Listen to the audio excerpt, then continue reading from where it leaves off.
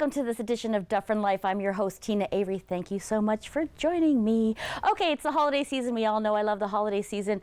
Something that comes up a lot that we've never talked about on the show is holiday travel. Joining me today, we have Jane and Ron from Expedia Cruises. Thank you so much for joining me today. Thank you for having us. It is truly my pleasure because I've literally always wanted to have someone in talking about travel in the holidays, because the holidays are such a special time for everybody, and you know, for some families they're all over the place, all over the world, all over the country, and you know, and I think things have changed, and you're going to clarify this for me. So I wanted to talk about. Well, you're the experts. I'm counting on you. I'm not an expert in anything. Well, I'm gonna just assume you are. Okay. And I want to start talking about what's changed when we're talking, especially about air travel in the holiday season. Like, there's been some changes throughout the year. I noticed when I traveled. But let's talk about some tips and tricks about traveling in the holiday season, and maybe giving some people a heads up about things that have changed. Sounds good. Yeah, I think one of the things that everybody has to do and has to learn to do is always download the apps.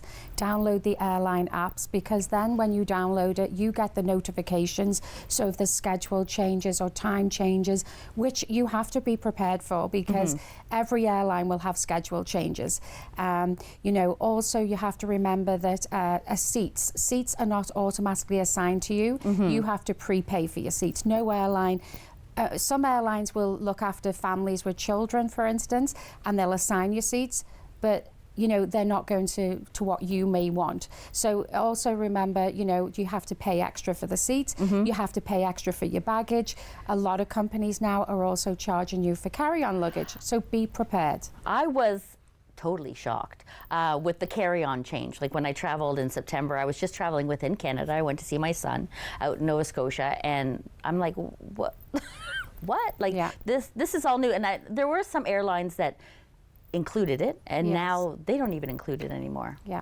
And it's all fare based, so people have to realize if you're paying a really discount for a ticket, there's a reason why. So that means that like everything is an add-on. I mean, even some airlines are charging you to get a boarding pass. You know, to download a boarding pass, they'll want to charge you. So just be prepared. Sometimes doing the budget way, you've got to look at the good and the bad in it. You know, and the fare difference. Look at it, because different fares mean different things.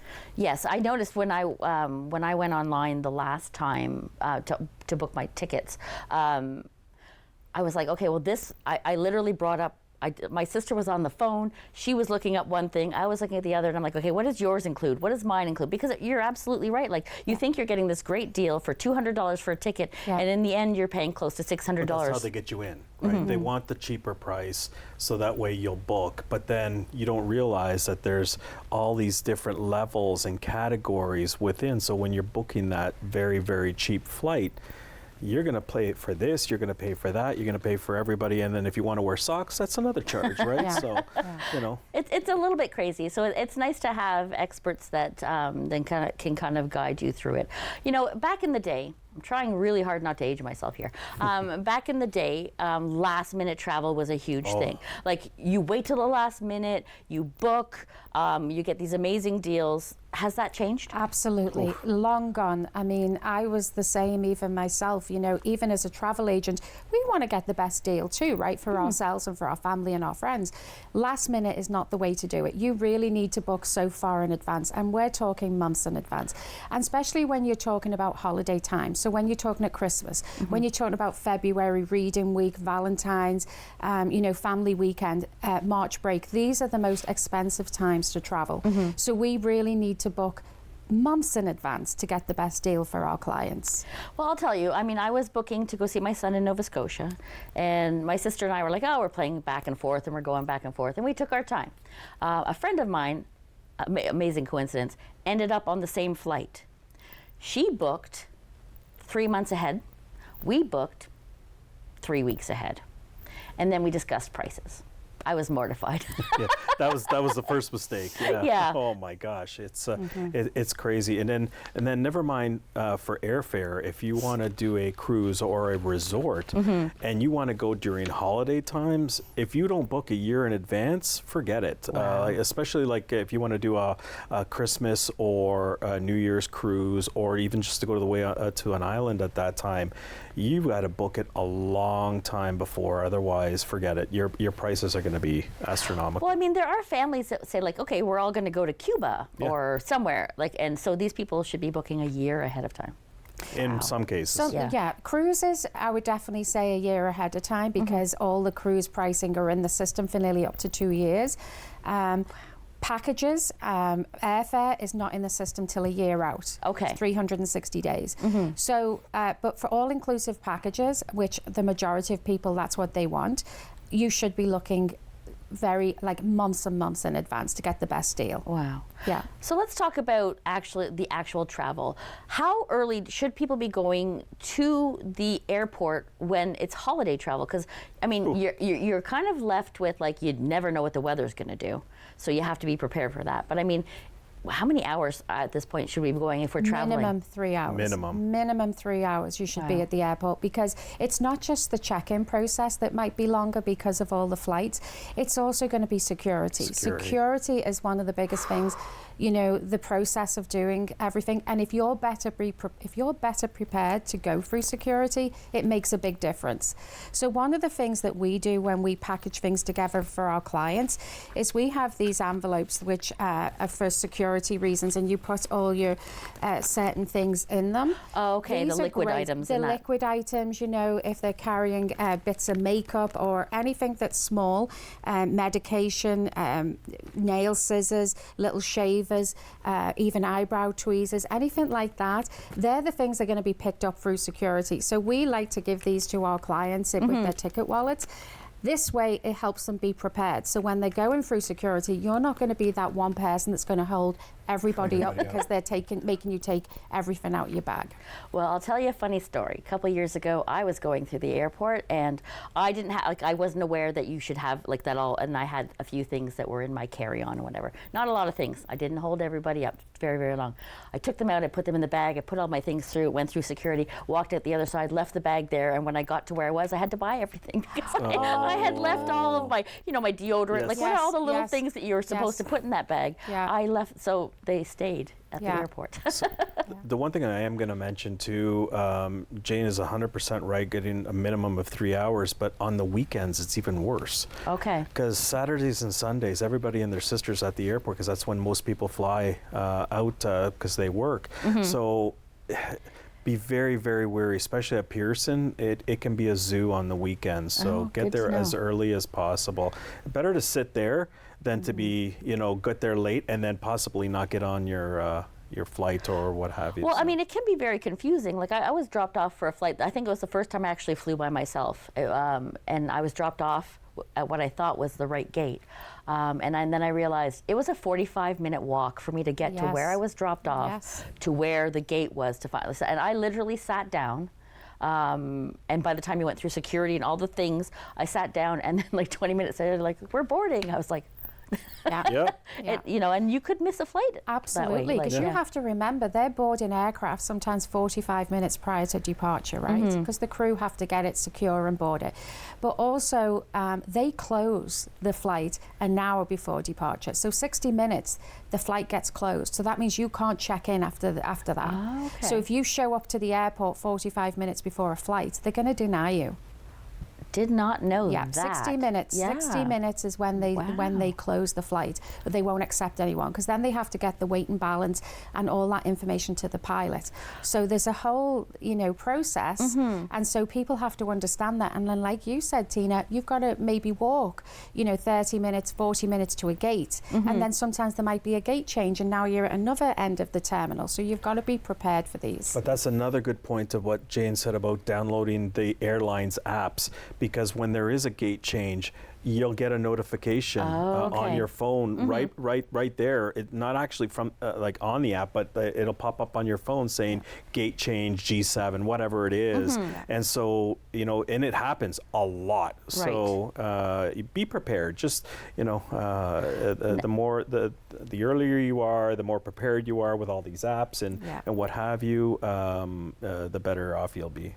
Well, that just changed my son flying out and me arriving at 5 a.m. at the airport when he goes home to probably 4 a.m. on a Sunday morning. Yeah. Don't know what we did, what we were thinking there. I wanted to get him home early so that he had time to, you know, before he had to go back to work and all the things. But I'm still excited you're coming, but yeah.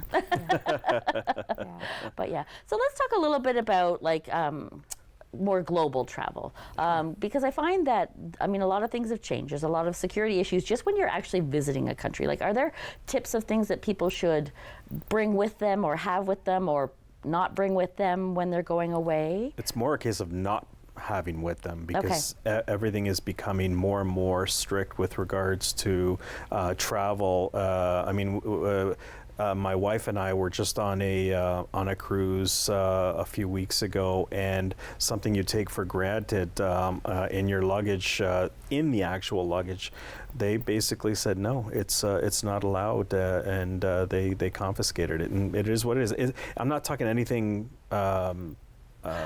Like nefarious. It's just it is what it is. So it's best to check with the airline. It's best to check with the country that you're traveling to see what's prohibited, what's not, and just be smart about it. I mean, if you don't really need it, don't pack it. Right, right.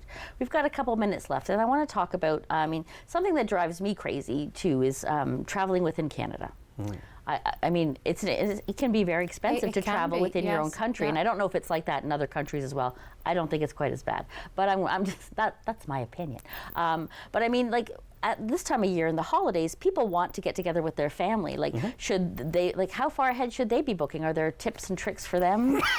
Well, the thing is with airlines is, you know, they sell so many seats, and when they sell so many seats, they then go up another $20, $40 to the next loss of seats, and that's how the seats get sold. So you could have, like, say, you could be booking a group of 8 people, and 6 of those people might pay one price, but then the final 2, because all of those in that category have been sold, go up to the next category. And I don't mean category in economy or premium economy or business class. I'm just talking about your regular economy seats. Right. So the only time that they are reduced is when you see these seat sales. So, you know, just checking online, basically, or asking for expertise from ourselves. You know, we can look into these for you. Because we sort of like know when these sales are going to be happening, because we get notifications as travel agents. So these are things that we can help, but unfortunately it is expensive to travel within Canada. And hotels within Canada can be expensive too. Absolutely. I mean, there's so many options for people. We've got a little bit less than a minute, so we can't go into it now. But you know, things to think about and look at. Always look ahead. Talk to people who know what they're doing. You know, listen to everything that these lovely people have said today, and take it to heart. They know what they're saying, and you know, travel safely. And I want to thank you both for coming on the show. Thank you for having us. Thank you for having us. It's wonderful. It was truly my pleasure. Don't you go anywhere. We'll be right back. So we're still on screen.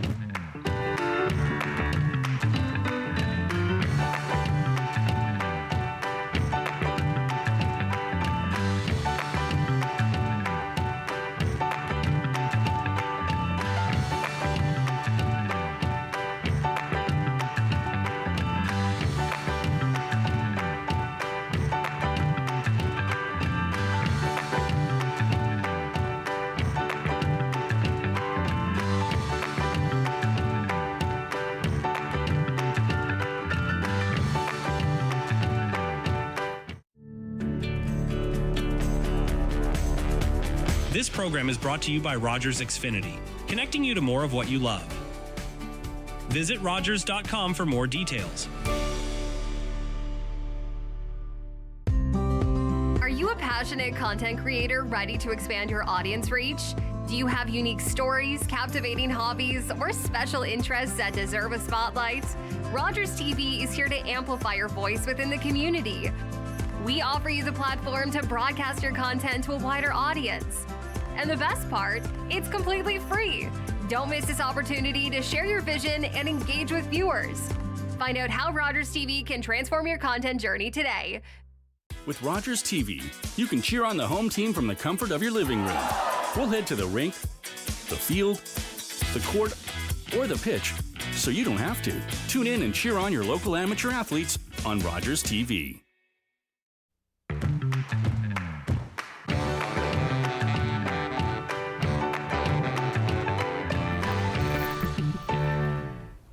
Welcome back to Dufferin Life. Thanks so much for sticking with us. And if you're joining us now, as always, you're joining us at a good time. So if I say fire and ice, which one do you prefer? Both sparkle and glimmer in a different way. I love them both, although I'm more of a fire girl than an ice girl. But joining me today, Sarah from the Alton, you're here to talk about the Fire and Ice Festival. And thank you so much for having me. I'm really excited to get to talk about this festival. It is by far one of the coolest things that I have ever done. And so I'm really excited to get to share all that I can. Well, awesome. Well, I mean, if there's somebody who's watching, and it's potential, we're here to create awareness that they don't know what the Fire and Ice Festival is. Let's start there. What is the Fire and Ice Festival? So the Fire and Ice Festival is a winter festival. It happens in the village of Alton, so it's nice and local. And it kind of organically evolved. It used to be really about a hockey tournament, a pond hockey I remember tournament, that, yeah. Right, so back in the day, it was called the Mill Pond Classic, and it kind of grew from there to become this multi-day festival that is perfect for people of all ages. So now we have a humongous sculptural burn that ties in that art piece for us. We're talking, 40 feet in the air of flames coming from this sculpture. So it's really awe-inspiring. And we pair that with live ice carving demonstrations, skating on the pond if Mother Nature cooperates. We have a wonderful gentleman who builds a snow slide for us, which is like a luge track for kids. Nice. And so we've really found all sorts of fun ways to fuse classic Canadian winter activities together and create this event that is indoor, outdoor, all ages, kind of the perfect winter activity. Yeah, if you've never seen it's just the flames and then the sculpture that comes out underneath and all of that, I mean, it's breathtaking. I've been a few times, and it's absolutely stunning. And it's a different type of an event, right? Because it's not like when you go outside, there's many things that you can be doing outside and all those things. But basically, you're watching these flames just shoot up, and then what comes out of it, depending, and it's different every year, right? It is. Yeah. And so every year we have artists submit their ideas for what this burn could be, and a small but mighty team of folks at the Alton Mill, they'll get together and kind of make a selection. And the overall design and the idea and the concept is usually kept top secret until the burn. So nobody really has any idea of what to expect until you get there and you sort of see the structure, and then you can start to imagine what it could be. So and obviously it's different for each structure, but like how long does it take for something like that to burn? So, every year is a little bit different, but generally it's more than just lighting it on fire. So there's always a little bit of a production element to it. The artists work with some folks to help them out with lighting and audio, and so there's a bit of a show that happens. Right. So I think all in all, the average sort of peak excitement is about 15 to 20 minutes of show and burn that happens, and then of course the flames go for quite a long time after that. But I think generally it's about 15 to 20 minutes, and it's the perfect way to kind of tie up your day of activities on the property. So let's talk about ice sculptures, because we've talked about the fire. Let's talk. So have you seen some I'm sure some fantastic ice sculptures. It is just mind-blowing what these people can do. And some of them are out there with a chainsaw, and I'm thinking, how does this not just shatter the ice? They really are experts in what they do, and it's amazing to me that there are people who still learn and know this art form. So, Yeah. you know, we have had, you know, beautiful beavers or eagles, or, you know, we've had the rabbit, we've had peace signs, we've had all Yeah. sorts of things. And, you know, we're lucky last year, especially, the weather was fantastic. So we got to keep those sculptures on display for people to come and see for weeks and weeks and weeks. Right. So we really do hope that happens this year, because there's something to be said about seeing that in action and seeing the carving and the process, and then also something to be said about coming and seeing it all done at the end. Yeah, absolutely. And I think too, like, I mean, it's absolutely beautiful. So I'm okay with it being really cold, but we're going to say, we're going to stay away from the amount of snow we had last year, because I just can't. Yeah, that was a lot of snow. And you know what? Yeah. It's okay. If Yeah. you're not a big fan of the cold and you only want to handle it in small doses, there is so much to do inside. We have amazing kids activities inside, so they can get in there and get their hands going. We have live music and performances throughout the day. We have the hot stove lounge and a hot mic comedy show that happens at night. Oh, nice. So our artist studios are open. We have tons of artists and vendors that get to come out and fill up the spaces. So if you're not a fan of the cold, we have lots to keep you warm and toasty inside as well. And then you get to come out and stand by the fire. It'll be great. It's perfect. And you Yeah, know, it is what great. winter activity is complete without s'mores. Like, Yeah. we have to have s'mores. So you can count on, you know, an opportunity to roast a marshmallow and make your s'more. See, I'm a huge fan. Like, I don't even need the s'mores. I just need the roasted marshmallows.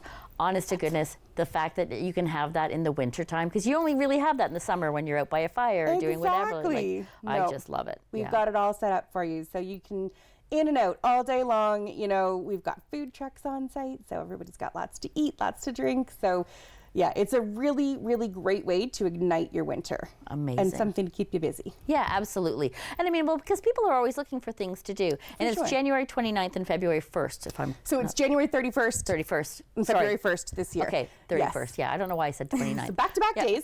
We're going to take over that last weekend of January. It is always the last weekend of January, whenever that kind of falls to yeah. be. And so it's the January 31st, Yeah. February 1st. You know, I don't have no idea why I jumped from the 29th to the 1st, because I knew they were back to back. But, you know, just don't listen to me. That's why we have Sarah here to tell us what's going on and to correct me when I'm wrong, for sure. So how long has the Fire and Ice Festival been going on? So this will be its 16th year Wow. in action. So it is really exciting to see how it's evolved. You know, I was sitting down yesterday to look through some of the images over the years, and it has really grown and expanded. So we get to include tons of different people from all over the community in all different ways now, that we didn't used to have the ability to do before. So Right. it is really exciting, and I do encourage anyone that's watching today, if they've got something that they think would be a great fit for us, we'd love to hear from them, because Yeah. it really is about bringing our community together, whether it's to put on the festival or to experience the festival. Yeah. We really want everyone to get to come out and enjoy it.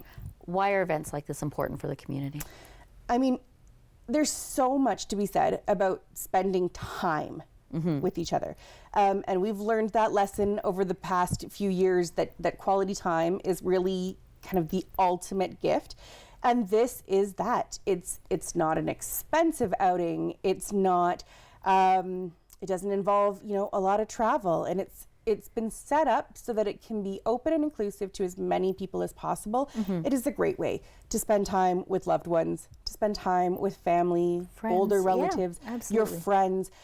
You know, and we are always looking for things to do, especially in communities around Dufferin, where we just have a little bit less going on. We have a slower pace of life, and this is the perfect outing to plan in the winter, especially in the winter. Well, because in the winter you sit around the house a lot, like, right? You're just like, oh, what am I going to do? And I don't know, if you were to say to me, okay, Teena, you know, you got to get out of the house to go, I don't know, have a hot chocolate. Well, you know what? I can have a hot chocolate at home. But if you want to get me out of the house and for an event, y'all know I love an event. So, you know, if you're going to get me out of, then for me, then I'm psyched and I'm excited to go, and you know, you want Yeah, to see and who it's- else wants to come with you. And Exactly. Yeah. And it's perfect because there is going to be something for everyone, right? So if it's the live music you want, or if it's the hot chocolate you want, or maybe you want to roast a marshmallow, or maybe you want to skate, or maybe you just want to go see the art vendors, there's something for everyone. So Yeah. there's really no reason not to come and enjoy it. Right. And it is that kind of perfect blend of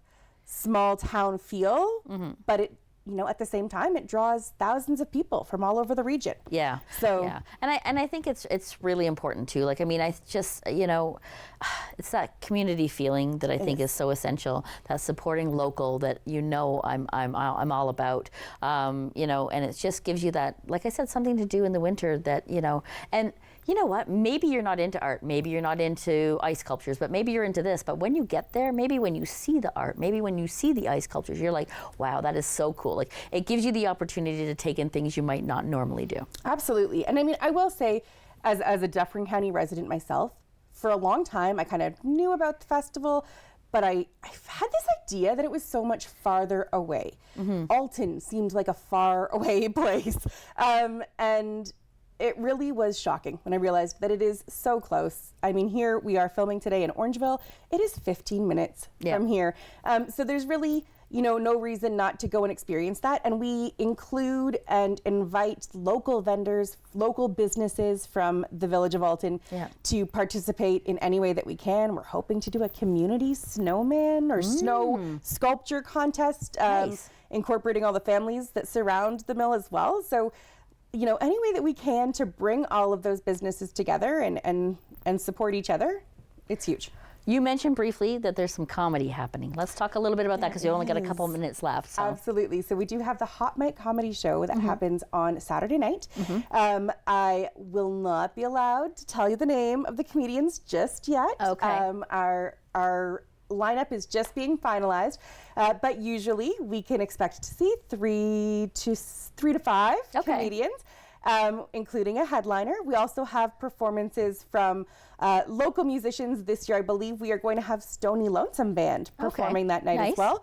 So it is a great opportunity. It happens after the big burn, so you can come out to see that, enjoy it, and then come on in. We'll have hot food, we'll have a bar, and enjoy a really great performance from some comedians, and of course the great music of Stony Lonesome Band. Yeah, there are so many things going on. I don't even know if I can remember them.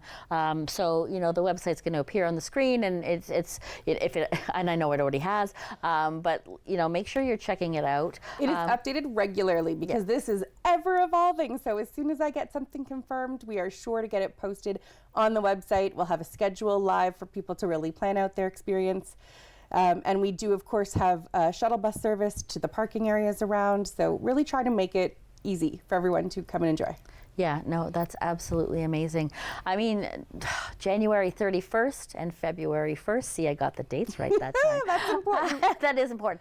Fire and Ice Festival. A little bit of something for everyone. My goodness, bring your family out. Drop the kids off at home, come back with your friends. Do what you need to do. Sarah, I want to thank you so much for joining me today. Thank you for having me. It was truly my pleasure.